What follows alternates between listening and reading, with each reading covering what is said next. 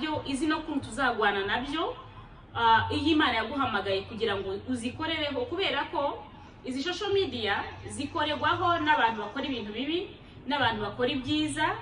Nukuvuga ko rero ugomba kumenya kuntu ugomba ko wazikoresha. Rero izi nkoranyambaga arizo social media ziri gusenya ingo nyinshi, murambaza ngo gute ziri gusenya ingo. Ziri gusenya ingo nyinshi, ukabona umugore n'umugabo ntago bakibona umwanya wo kuganira, umugore n'umugabo ntago bakibona umwanya wo kwicara hamwe. Urabyumva? Wo kwicara hamwe kugira ngo baganire, bamenye uko bagomba gutunga umuryango, bamenye uko bagomba kurera abana, bamenye uko bagomba bagore banyu mubaha umwanya. Niba bakeneye kuganira namwe mubaganirize, niba kugiye ikibazo afite cyumve, kuko umugabo we nta wundi agomba kureba. Ubundi umugore n'umugabo bagomba kuba inshuti zikomeye cyane, mugomba kubwirana buri kare kose. Umugore we ntazajye gushaka undi mugabo hanze ugomba kumubera inshuti kandi wowe uhari. Imana yaramuguhaye ngo umwiteho, ni mube inshuti. Ibintu biri hagati yanyu nta hamwe bizigera bigenda, ariko nugira inshuti ya hanze izaguta hanze. Nugira umugabo w'inshuti hanze ukamuganiza iby'iwawe mu rugo, ahubwo azagusenyera. Nizere ko ndangije ku bagabo. Reka namwe mbwire mwabagore mwe mutita ku bagabo banyu. Hariho benshi bazabitaho. Ita ku mugabo wawe, menya ko umugabo ari umugabo, umwubahe, umwubahishe. Umugabo niyinjira mu nzu yumve yinjiye mu ijuru, yinjira ahantu hahumura neza, yinjira ahantu hasa neza, umwakira imbere y'umuryango. Niyo umugabo wawe atashye, murakaza neza muryango muhire, murakaza neza. Chantal Hakiza TV, murakaza neza murisanga. Nakomeye mwese, nizere ko mumeze neza. Nkuko bisanzwe ni Chantal Hakiza. Karibu cyane kuri YouTube channel yanjye Chantal Hakiza TV. YouTube televiziyo nziza, twigiraho ibintu by'umuryango nkuko bisanzwe. Karibu cyane umuntu wese ufunguye iyi video, ndabashuje cyane, ndabakunda. Ndashaka gusuhuza abantu bose, ndasuhuza abari mu Rwanda, mu Burundi n'ahandi hantu hose hahegereye, muri Congo, muri Tanzania, muri Uganda, hano muri Amerika mba, muri Australia, muri Canada. Ndabashuhuje cyane, ndabifuriza amahoro y'Imana. Nizere ko mumeze neza, Imana ikomeje kubarinda. Nukuri ndabakunda cyane, kandi ntibagirwe n'abandi bantu bari mu bindi bihugu byinshi bavuga ikinyarwanda n'ikirundi, bumva ibyo mvuga. Ndabashuje cyane, Imana ikomeze kuba biruhande. Ndabakunda cyane, uko munkunda nanjye niko mbakunda. Uyu munsi rero ndaje kugira ngo nanone twongere tuganire nkuko bisanzwe. Murabizi gahunda yacu hano niyo kubaka umuryango muri rusange, niyo kubaka ingo, niyo kwigisha abagiye kurushinga, niyo kwigisha ababyeyi ko tugomba kurera abana bacu. Byose murabizi ko ari byo dukora hano kuri YouTube channel. Rero mbahaye karibu cyane. Nizere ko muri bugubwe neza, nizere ko muri bigirana nanjye ibihe byiza. Uyu munsi ndaje ngo kugira ngo tuganire ikintu nje kugira ngo tuganireho, ni ikintu nabwo ntari bwigere mvugaho, ariko uyu munsi nje kukivugaho kubera ko nagisabwe n'abantu benshi batandukanye, kandi nanjye mu by'ukuri maze iminsi rwara n'umutima wanjye nkuvuga ugomba gukora video, kubera ko njya ngerageza gukora video buri cyumweru, ariko kubera ko akazi kenshi mba mfite hari igihe bitankundira nkashobora kuba narenzaho icyumweru. Ariko iyi video yo byanze pe, mubyumve ngo nyikoze muri uyu mwanya kandi mfite gahunda mu kanya. Hari gahunda ngomba kujyamo, ariko ndavuze ngo mbere yuko iyo gahunda nyijyamo ngomba kubanza nkakora iyi video kugira ngo nyibahereze.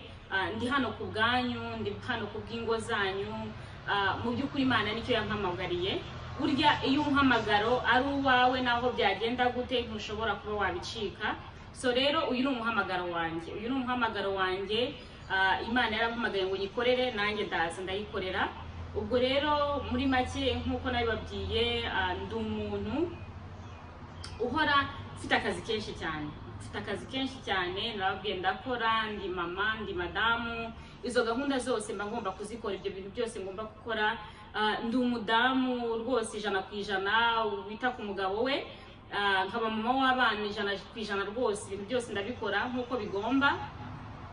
Ntabwo ndi kwiyemera, ariko ndi kubabwira ko ukuntu mba mfite akazi kenshi cyane.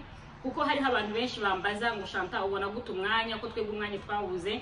Noneho byongeye ku bantu bari hano hanze, ku bantu bari hano hanze baba bumva ko Chantal yaradamaraye, Chantal yaragize gute n'iki byose. Ariko ntago ari uko nguko, ahubwo ni ukubera ko ni umuhamagaro wanjye, kandi umuhamagaro ugomba kuwukoresha. Umuhamagaro iyo haje ijambo ugomba kuvuga, ugomba kuza ukarihereza abana b'Imana nk'uko Imana yabagushize imbere.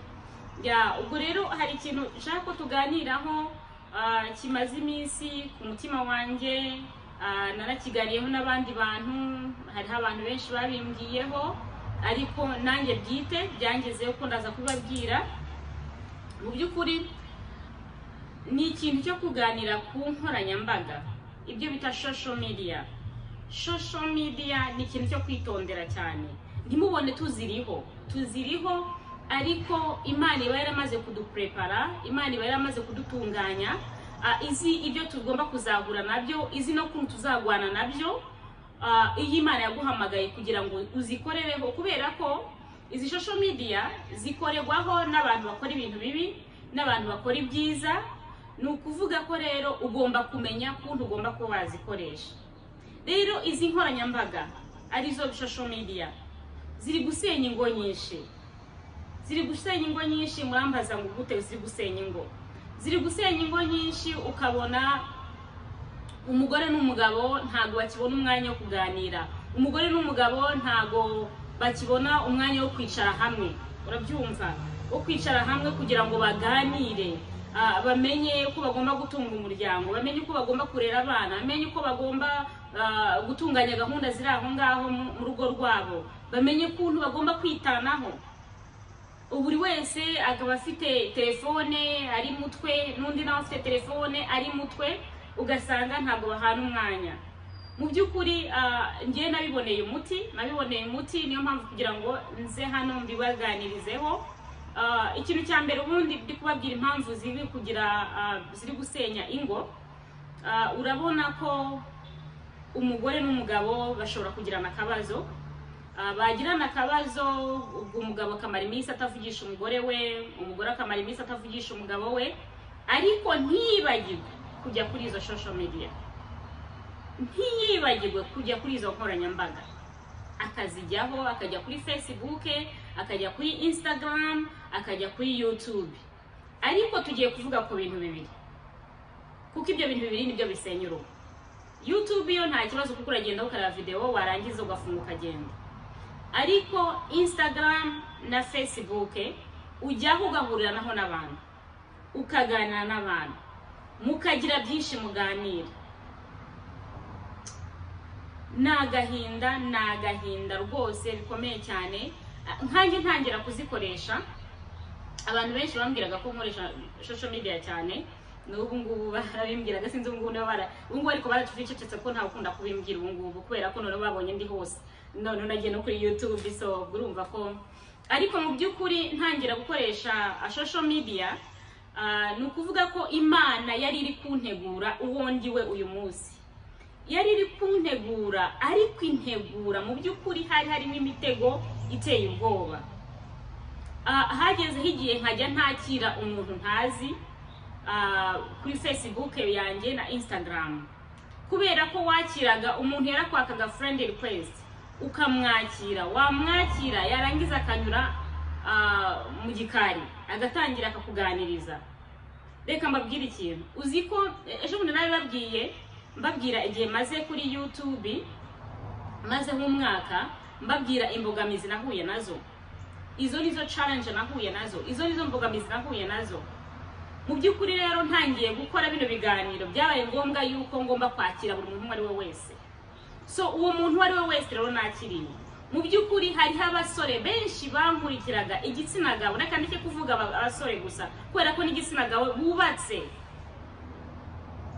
Bankurikiraga kubera ko babonye ifoto yanjye, babonye nagakobwa n'iki byose, kuko benshi banyitaga umukobwa, nta numwe yanyitaga umudamu.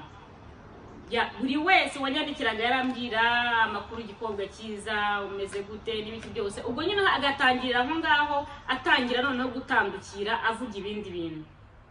Ugasanga aho hari n'ubutakwandikiye ahubwo agahita kohereza n'ikintu rwose kimeze nka pornography akakikoherereza. Mu by'ukuri ntabwo nabasubizaga abantu nk'abo ngabo kuko nabonaga ko ari umwana Satani ushaka kundwanya. Nahitaga mbyereka n'umugabo wanjye. Umugabo wanjye message zose nabonaga mbi zose narazimwerekaga. Ndagira mbabwire ko naborotse nk'abo gitsina gabo kigeze nko kuri 300. Ugiye muri block yanjye rwose kuri Facebook wasanga bagera nko kuri 300. Kuri Instagram naho nuko nguko. Noneho ndaboroka ngira ngo noneho nananiwe. Ndavuga solution ni iyi. Nganira n'umugabo wanjye. Ndavuga shari ngenda naniwe. Mu by'ukuri uyu ni umuhamagaro wanjye Imana yampamagariye. Yampamagariye kugira ngo nigishe imiryango. Ariko noneho ndi guhura n'ibisitaza bikomeye cyane. Reba bino bintu, reba nk'uyu muntu yanyandikiye bino bintu, reba nk'uyu muntu ari kumbwira bino bigambo. So rero benshi bazaga nyine kwa kundi baza n'amagambo meza cyane, amagambo abagore bakunda niyo bazaga bafite. Nuko nkuko shitani yataka. Bakambwira ko ndi mwiza, bakambwira umugabo ntunze afite amahirwe, nukuri ni mwiza. Bigera noneho nkajya postinga umugabo wanjye kenshi cyane kugira basi babone ko ndi mariye bampa amahoro. Ariko ntibyaranze. Ahubwo noneho bakajya banyandikira ahubwo kurushaho, bakavuga uri mwiza, umugabo wawe agutunze yaratomboye n'ibiki byose, dukunda inyigisho zawe, ariko noneho nukuri ndashaka kumbera inshuti. Ese nkubera inshuti nyabaki? Urahanga kuri Facebook uramvugisha ureba inyigisho zanjye, okay, kuri kwiye inyigisho zanjye, ariko ndagira nkubwire ngo bazaga n'amagambo aryoshye, amagambo yo kuntesha umutwe. Ariko noneho icyo gihe nyine nagize amugira umugabo, ndabubwira ati ntago nzi uko ngomba noneho kubigenza. Ariko ndibuka ko rimwe ndyamye Imana yarangendereye mu nzozi rwose, irangenderera imbwira ko umwana Satani ari kunyataka kandi ari guturuka mu bagabo, mu gitsina gabo, ari kunyataka. Urwo rwanjye rushobora gusenyuka igihe cyo cyose. Ibaze kuba ndi kwigisha kugira ngo bubake ingo mukumva urugo rwanjye rwasenyutse. Nagahinda gakomeye cyane. Nicyo rero umwana Satani yashakaga. N'ubu iracyabishaka kuko ntishobora guhagarara kubera ko ndayisenya. Niba nyisenya nayo igomba kuzikansenya. So mubyumve ko mpura n'intambara zikomeye cyane. Mpura n'intambara nyinshi cyane muri bino bintu nkora hano. Ariko kubw'amasengesho Imana iraza ikangwanira byose bikagenda neza. Byabaye ngombwa rero ko noneho imbwira ko ngomba gusengera urugo rwanjye. Noneho Imana imbwiye ko ngomba gusengera urugo rwanjye, navuze ati gute se ngomba gusengera urugo rwanjye? Kubundi dusengera n'ibiki byose ni igihe kintu ngomba gukora kiri special. Ngomba gufata umunsi mu cyumweru nkajya sengera urugo gusa, umunsi ukaba umunsi wo gusengera urugo rwanjye. Kuretse ko ubungubu nsigaye narabivanze kubera ko mbigisha iby'ingo, nsigaye namwe mbashyiramo, ingo zanyu nzishyiramo, aba bambaye imitwaro nyishyiramo. Uwo munsi no gusengera urugo gusa, no kuririra Imana, nsenga niyiriza turirira Imana kugira ngo yubake ingo nyinshi za benshi, yubaka n'urugo rwanjye. Ntimubone urugo rwanjye rukomeye, ntimubone Chantal mbanezerewe ndi kumwe n'umutware wanjye ngira gute n'iki byose. Mu by'ukuri harimo imbaraga z'Imana, ntago ari njyewe n'umugabo wanjye, ni Imana ibikora. So Imana rero nihaye icyubahiro kubera kirakora pe. Imana iyo yegereye nawe irakwegera. so rero byabaye ngombwa yuko ngomba gusengera urugo rwanjye, nirukana nabo bagabo, narukana n'icyo gitsina gabo kinyurukinya inyuma. Uko nguko niko noneho byagezeho biratuza noneho umuntu akajya nyandikira n'icyubahiro cyinshi cyane, uraho mama Chantal, ugatangira kugira icyubahiro kwa, batangira kunyubaha kugeza kuri uyu munsi. Ubu ngubu maze nk'amezi nk'atandatu nta muntu yandikira message kibi. Biriya message banyandikiraga byose bya pornography byiki byose nta n'umwe kibinyoherereza. Ubu ngubu noneho mbona message meza y'icyubahiro n'ibiki byose kubera ko Imana yacu yo mu ijuru. Ubwo rero noneho nagize gutya, noneho numva abadamu bari kuntakira. Umudamu mwarahamagara ati Chantal, uyu muntu uramuzi? Ndangije ndavuga ati uwo muntu ndamuzi, ari kuri Facebook yanjye ndanamuzi, noneho ndanamuzi. Arangije arambwira ati uyu mugabo arandembeje, mbabarira. Ndavuga se bimeze gute? Aratangira arambwira akuntu vraiment nagahinda gakomeye cyane, kandi n'umugabo yubatse, nta nubwo ari n'umusore basi, n'umugabo yubatse agenda agashyiraho amakonti ya fake, agakreatinga amakonti ya fake kuri Facebook kugira ngo aterete abagore, kugira ngo aterete abakobwa, ariko we yibanda ku bagore kubera ko niko shitani imeze ubundi normalement. Ntagiri bugende kuri abakobwa kubera ko abakobwa abakobwa barahita bamutura ibindi bibazo. Abo bakobwa bari babazi ko babonye umugabo, so rero baza ku mudamu kugira ngo baze basenye urugo rwawe. Uwo mudamu namubajije ibintu byose, namubajije ibintu byinshi cyane, arabinyereka abinyeretse neza mbona ni bya bindi byajyaga bimbaho. Ariko urumva ko Imana ikora, Imana yabinyujijemo kugira ngo nzabone uko ngomba kuzafasha abandi. Ubu mudamu naramuhamagaye mu bihe bishize twaraganiriye, ndamuganiriza mubwira ibyo nyanyuzemo, mubwire byose ambwira ati ahubwo mfite nabesha, ahubwo banyandikira exact ibyo bintu byose umbwiye byose bimbaho. Mubwira ko agomba gusengera urugo rwe. Niko shitani imeze. Shitani irashaka kuza kugira ngo isenye ingo zacu. Nishaka gusenya urugo rwawe iranyura mu gitsina gabo kanaka niba uri umudamu. Nishaka gusenya urugo rwawe iranyura mu bakobwa.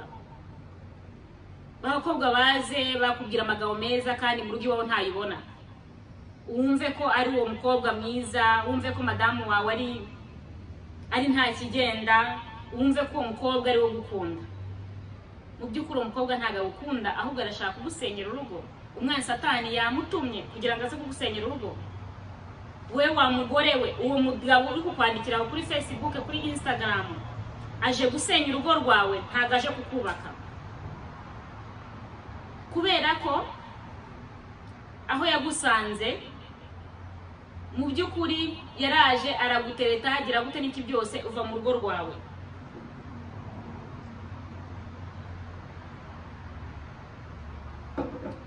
Uva mu rugo rwawe. Uko wavuye mu rugo rwawe n'undi wari wese yaza akarugukuramo. No kuvuga ko ababwize gute aragutereta, agashobora ko yabana nawe n'ibiki byose, ariko akaba atakubonamo umugore cyangwa akaba atakubonamo, niba ari umukobwa atakubonamo umugabo, kubera ko asiho yagukuye, ko yagukuye mu rugo rwawe. Mwitondere social media iri gusenya ingo mw'abantu mwe. Wa mugabo we, hereza urukundo umugore wawe, hereza umwanya umugore wawe, umuganirize, umenye ibibazo afite. Mugire igihe cyo kwicara buri munsi, muhure, mwicare, muganire ku bitagenda, murebe ukuntu mugomba kubikemura mu rugo. Reka gushihura umugore wawe akuganirije. Wa mugabo we, umviriza umugore wawe ibyo akubwira, kubera ko ibyo akubwira arababaye, kandi umuntu agomba kuruhukiraho ni wowe mugabo we, nta wundi.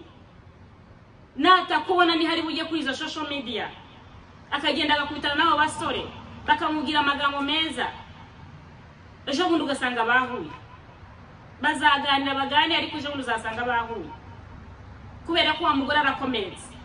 Wa mugore akeneye umuntu umwumva, akeneye umuntu umubwira amagambo meza. Aya magambo meza ntago yamubwira, ntago wita ku rugo rwawe. ntabwo wita ku nshingano zawe nk'umugabo. Imana yagushize hariya nk'umutwe w'urugo. Imana yabasabye ikintu kimwe gusa, mukunde abagore banyu nk'uko Yesu Kristo yakunze urusengero rwe. Mwabagabo mwe, ibyo bintu Imana yabasabye harabura iki kugira ngo mubikore? Gukunda umugore no kumubwira amagambo meza, gukunda umugore no kumwitaho, gukunda umugore no kumuhereza umwanya, gukunda umugore no kumuhereza utwo yifuza, ukamukora surprise rimwe, ukagira gute. Gukunda umugore ntago ari ibigombe ibintu byo bikomeye cyane. Abagore turoroshye, abagore turoroshye, akantu gatoya kamwe konyine karashobora kukujyana rwose. Amagambo meza arashobora kukujyana ku mugore, kukwitaho birashobora kukujyana. Umuntu arashobora kukubwira amagambo meza ukumva wamuhereza ibyawe byose. Ku gitsina gore, mwabagabo mwe rero mugire mwite ku bagore banyu, mubahe umwanya. Niba bakeneye kuganira namwe mubaganirize, niba kugiye ikibazo afite cyumve, kuko umugabo we nta wundi agomba kureba. Ubundi umugore n'umugabo bagomba kuba inshuti zikomeye cyane, mugomba kubwirana buri kare kose. Umugore we ntazajye gushaka undi mugabo hanze ugomba kumubera inshuti kandi wowe uhari. Imana yaramuguhaye ngo umwiteho, ni mube inshuti. Ibintu biri hagati yanyu nta ntamwe bizigera bigenda, ariko nugira inshuti ya hanze izaguta hanze. Nugira umugabo w'inshuti hanze ukamuganiza iby'iwawe mu rugo, ahubwo azagusenyera. Nizere ko ndangije ku bagabo. Reka namwe mbwire mwabagore mwe, mwabagore mwe mutita ku bagabo banyu. Hariho benshi bazanitaho. Ita ku mugabo wawe, menya ko umugabo ari umugabo, umwubahe, umwubahishe. Umugabo niyinjira mu nzu yumve yinjiye mu ijuru, yinjira ahantu hahumura neza, yinjira ahantu hasa neza. Umwakira imbere y'umuryango. Niyo umugabo wawe atashye, wowe uri mu rugo, mwakirana ubwuzu. Niba yambaye ikoti urimukuremo, umuzanire kamambiri, yambare kamambiri, yicare hariya baruhuka gatoya. Narangiza umutegurira ibyo agomba kugira gute, ajye muri dushe yoge, namara koga azumugaburire n'umutima mwiza. Umugaburire narangiza igihe cyo kuryama, mujye kuryama, cyangwa niba mugomba kwicara mukareba movie, niba mugomba kwicara mukagira gute, mukaganira ibindi bintu mutigeze muganira umunsi wose, mwicare muganire. Ariko ubaha umugabo wawe. Umugabo wawe nutamwubaha, ndagira nkubwire ngo nta n'iyindi nshingano uzaba ufite mu rugo iwawe. Nese umugore atubaha umugabo bumva bimeze gute? Ugomba kubaha umugore wawe.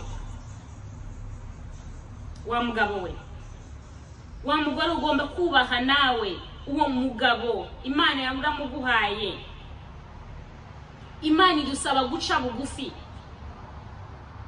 Tugomba guca bugufi gusa n'iki Imana yadusabye cyonyine. Kandi burya Imana yarabituremanye. Umugore utagira guca bugufi afite ikibazo. Senga wa mudamu we, gira guca bugufi imbere y'umugabo wawe, umwubahe. Umugabo iyo umwubashye, reka mbabwire mwabadamu, umugabo iyo umwubashye nta na kimwe utamukuraho. Icyo ushaka cyose wakimukuraho, kubera ko wamwubashye gusa. Mwiteho muri byose. Umenye umwenda agomba kwambara, umutegurire. Umenye ibiryo akunda, ubimutekere. Umwubahe, numuha icyubahiro umugabo wawe uzamugira. Nutamuha icyubahiro uzaza social media niho zaziri zitatangira gukora. Akajya kuri social media umukobwa agatangira kumubwira utugambo twiza. Yavuga ati tro kira kintu mfite mu rugo nicyo kunesha umutwe. Mwumvishe?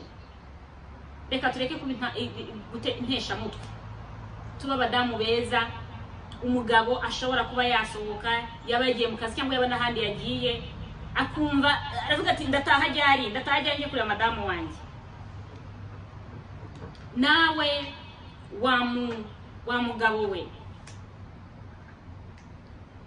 ubaha uwo mugore wawe n'uwo Imana yaguhaye n'urubavu rwawe, kandi Imana igusaba kuba umutwe w'urugo, umufashe muri byose, ibyo agukeneye umukorere, ubundi byose bizagenda neza. Reka twubahane mu rugo, ubundi twumvane, tuganire, tugire amagambo meza yo kuganira. Reka izo social media tuzihereze umwanya mutoya. Niba umugabo wawe ageze mu rugo, shyira telefone hasi. Niba umugore wawe mwicaranye wa mugabo we, shyira telefone hasi. Ni igihe cyo kuganira cyanyu, ni igihe cyanyu. Burya ntimurebe ngiye kuba kuri social media, njya kuri social media iyo ntari kumwe n'umugabo wanjye. Ariko umugabo wanjye amaze kugera mu rugo, kubera ko dukora amasaha atandukanye, ngiye nkora umunsi wose, we agakora ijoro, ku buryo agera mu rugo nko mu masaha 7 z'ijoro.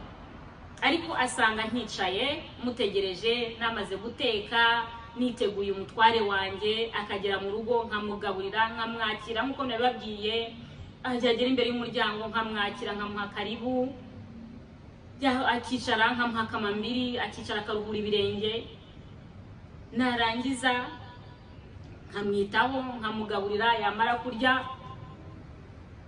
tukazamuka tukajya kuryama, kubera ko igihe kiba kiri kugera cyo kujya kuryama, kubera ko mba ndi bubyuke nkora mu gitondo, mbafite akazi katoroshye. Bya bintu nababwiye byo kugira kumureka akajya muri douche mbere yuko arya, ntago nabishobora, ahubwo ajya muri douche amaze kurya, noneho yamaze kuruhukaho, ararya, yarangiza akaruhukaho gatoya iminota ingahe, kubera ko amasaha aba ari kwirukanka. Yarangiza noneho akabona kujya muri douche, akaza noneho ngemba namaze kwitegura, ngemba namaze kumwitegura mu gihe amaze kuza, aza rwose ebana nshanye meze neza nyine. Namwe murabyumva nyine, umudamu wakira umugabo, namwe ibyo bintu mukora iwanyu. Okay, nibyo ngibyo nagira ngo mbaganizeho. Mwitondere icyo bita social media. Social media niyo gusenya. Social media ni nziza, ni nziza, ntabwo ngiye kuvuga atari nziza. Ni nziza iyo uzi kwikoresha. Nk'ubu ngiye kuri social media ukuntu mbigenza, WhatsApp yanjye nakuyemo notification, nta notification ibora muri WhatsApp yanjye. Instagram nakuyemo notification, nta notification mbona kuri Instagram yanjye. Facebook nakuyemo notification, ntayo mbona mu telefone yanjye. Ngiye kubera ko mfite intuzi nkoranyambaga nyinshi, noneho nkagira na ntuze, ngira na LinkedIn. LinkedIn ni professional, ahantu bashakira akazi n'iki byose, ariko umuntu wese ukora mu biro most the time niyo ntuzenye ajyaho LinkedIn. LinkedIn nayo notification ayikuyemo. Ndi kuri no kuri Twitter nakuyemo notification. Izo nkoranyambaga zose nzijyaho, ariko nicaye nduhutse maze gutunganya ibyo mu rugo byose. Muri cya gihe mba nicaye ntegereje umutware wanjye kagomba kugera mu rugo, nkajyaho nkasubiza ama message menshi. Niyo mpamvu mudakunda kubona nsubiza cyane, nkajya mu message nkareba iziri ngombwa kuzisubiza, nkazisubiza izo nshobojwe gusubiza. Izindi nazo niba amasaha ngereyeho umutware wanjye ageze mu rugo ntarazisubiza, mba nzicumbitse, kandi ngerageza kujya kuri zose kugira ngo ndebe niba nta message iri buncike ishobora kuba ari nzima. Ya rero ni ibyo ngibyo twaganiraga. Hagize ikibazo mufite mwambaza, ndahari kuri social media zanjye ni Chantal Hakiza TV, Facebook, Instagram yanjye ni Chantal Hakiza, ndahari rwose. Muzampamagare, ntabwo wampamagara ariko kuri ntuze kuri Facebook cyangwa Instagram birashoboka ko wampamagara, ariko kubera ko ntabona notification ntabwo ushobora kubona wampamagaye. Ariko uzanyandikire niba ufite ikibazo, nzagusubiza. Ni ukuri tugume twubake ingo zacu. Imana yashyize hano kugira ngo ngire icyo ngomba kubamarira mu ngo zanyu. Rero icyo Imana ishizemo, icyo Imana imbwiye ko ngomba kuza kuvuga nicyo mvuga, ntago ndi bugabanye cyangwa ntago ndi bwongere. Ya kuko Imana impaye topic ndahita nyandika directement, noneho nkandika nibyo ndibuze kubabwira, nibyo ndibuze kubaganirizaho na example ngomba kubahereza kubera ko mba nzifite. Ubwo rero Imana ikomeze kubaha umugisha, ikomeze kubitaho. Ndabakunda cyane, mbifuriza neza. Nifuza ingo za benshi ko zubakika bishoboka, nakubwira ko reka ndangize kuri iki ngiki, wa mugabo we wa mugore we, sengera urugo rwawe. Urugo rwawe urutwikiriza amaraso ya Kristo. Usengere ukiri isengesho rivuga ngo Data wo mu ijuru, nkweretse urugo rwanjye, rushyireho ubudahangagwa. Ibyashaka kurusenya ubisenye, ibyashaka kurwanya ubirwanye, maze wongere urukundo hagati yanjye n'uwo twashakanye, hagati yanjye n'umugabo wanjye, cyangwa hagati yanjye n'umugore wanjye, wongeremo urukundo kurusha rwa rundi twagize bwa mbere duhura bwa mbere. Nurangiza wongere isengero ino sengesho, uduhe kumvikana muri byose, kuva ku cyambere kugeza ku cyanyuma. Ubwo ngubwo be birangiye, urugo rwawe rushizeho protection idasanzwe, ubushyizeho ubudahangagwa budasanzwe. Imana koko irakurindira urugo pe, irarurinda urukundo rukadudubiza. Ukibaza mujya mumbwira ngo ngira urukundo, ni gute tugifite urukundo rungana gutya ngiye n'umugabo wanjye tumaranye imyaka 12 giye kugira 13? Ni ibyo ngibyo ndabibabwiye, mugerageze kubikora mu rugo iwanyu, kandi nzi ko bizakora. Byarakoze iwanjye, namwe iwanyu bizakora. Gerageza gufata umunsi umwe mu cyumweru, ugira amasengesho yo kwiriza, utakambira Imana kubw'urugo rwawe, usenga ayo masengesho nakubwiye. Mu gitondo, saa sita, nimugoroba, usenga ayo masengesho nakubwiye. Uzarebe ko urugo rwawe utazakomera. Urugo rwawe ruzakomera, urugo rwawe ruzabamo amahoro, urugo rwawe ruzaba ijuru rito. Bindi bavuga ngo urugo rwiza ni ijuru rito. Ni ukuri iyo urugo ari rwiza biraryoha pe, ntakubeshya, biraryoha ukumirwa. Ubwo rero ndabakunda, Imana ikomeze kuba umugisha, ndabifuriza umugisha mu ngo zanyu. Imana ikomeze kububakira rwose cyane cyane, ibarerera abana. None reka nongere no ku bantu bafite abana, ujye ugira n'ubundi munsi mu cyumweru usengera abana bawe. Abana bari kwangirika, abana bari kwangirika, mana we barangirika. Hari abantu tuganira nkumva agahinda karanyishe, hari abantu bari kusaba ikiganiro cy'abana cyo tugomba kuganira uko tugomba kurera abana bacu. Abana bacu bamaze kuzamuka, uko tugomba kubarera. Njyewe ntago ndagira abana bakuze cyane, ariko ndi gushakisha abantu tuganira kugira ngo numve abo nzi ko bareza abana babo neza, bimeze neza, bimeze gute. Ndi kugenda mbaka inama nyinshi cyane. Munyihanganire cyane, ndabizi ko mwabisabye, hanyuma n'igihe mubisaba, ariko ntago naza kubigisha ibintu ntarageramo. Ngomba nanjye kubanza nkaganira na bandi bafite babana bakuze begeye hejuru, nkagira icyo ngomba kuganira nabo. Ndi kubikora vuba cyane, video izasohoka, ndi kuyitegura. Ujye rero ufata wowe wa mugabo we, wowe wa mugore we, mujye mufata umunsi umwe mu cyumweru wo kwiyiriza, musengera abana banyu, mubashyiraho protection idasanzwe. Mubwira Imana ati wa Mana we, rinda abana bacu, rinda abana bacu abagizi ba nabi, rinda abana bacu guhura n'abantu babahereza droge, rinda abana bacu kugira inshuti mbi zigendere kure ku bana bacu, rinda abana mu ngendo zabo zose, rinda abana bacu mu mashuri bagiyemo. Umwana ujye umutwikiriza amaraso ya Kristo. Buri gitondo ujye usengera umwana wawe mbere yuko ajya ku ishuri, kubera ko ku ishuri niho bahura n'ibyo bintu bibi byose. Ubwo rero murakoze cyane, tuganire byinshi cyane. Nizere ko hari ibyo muri bukuremo, kandi ndabyizera neza, kubera ko n'Imana yabishizemo, ni kubera ko hari ibyo muri buze gukuramo. Imana ikomeze kuba mbere umugisha. Nuko rero niba utarakoze subscribe, kora subscribe, like, comment na share, usangize bagenzi bawe nabo bagira icyo bakuramo muri iyi nyigisho. Mu by'ukuri nugira umuntu usangiza, urugo rwe rukubakika kubera amagambo yamvuyemo, nawe Imana izakubarira umugisha. Ubwo murakoze cyane. Imana niyo yashize imbere yanyu, ntago ari ngiye nizanye, ni Imana yashize imbere yanyu, kandi yashize imbere yanyu kugira ngo hagire icyo munkuramo. Ubwo rero Imana ikomeze kubambera umugisha. Ndabakunda cyane. Yari Chantal Hakiza. Ubwo inkoranyambaga zanyu nanone nongere mbabwire, Facebook ni Chantal Hakiza TV, niyo page yanjye, muragenda mukalikinga, ukaba wanyohereza message ndayibona. Instagram yanjye ni Chantal Hakiza, wagenda ukankurikira ukanyohereza message ndazibona. Ntago mbita misubizo uwo mwanya, birashobora gutwara nk'iminsi 2 kugira ngo nsubize, ariko ndasubiza.